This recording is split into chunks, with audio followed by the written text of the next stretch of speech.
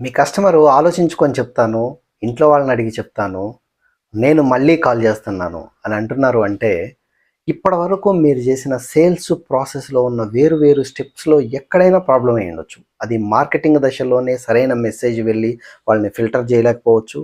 లేదా వాళ్ళు మొదటిసారి ఎంక్వైరీ మీకు ఈమెయిల్ రూపంలోనో, వాట్సాప్ రూపంలోనో, లేకపోతే ఫోన్ కాల్ రూపంలోనో మిమ్మల్ని కాంటాక్ట్ చేసినప్పుడు సరైన విధానంలో వాళ్ళ సీరియస్‌నెస్‌ని గేజ్ చేయటంలో వాళ్ళకి నీడ్ ఉందా? ఎంత టైంలో క్లోజ్ చేస్తారు? ఎన్ని రకాలుగా ట్రై చేశారు ఇప్పటివరకు?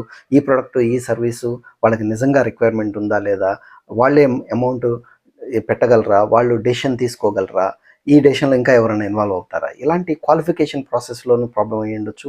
లేదా వాళ్ళ డిస్కవరీ, వాళ్ళని విషయాలు అర్థం చేసుకోవటంలో మీరు సరిగ్గా అర్థం చేసుకోకపోయి ఉండొచ్చు. లేదా వాళ్ళకి ప్రెజెంట్ చేయటంలో వాళ్ళ దృష్టిలో ఇది వాల్యుబుల్ అని మీరు ఎస్టాబ్లిష్ చేయలేకపోయి ఉండొచ్చు. ఇది ఫిక్స్ చేయాలంటే మీ మార్కెటింగ్ అండ్ సేల్స్‌ని ఫిక్స్ చేయాలి.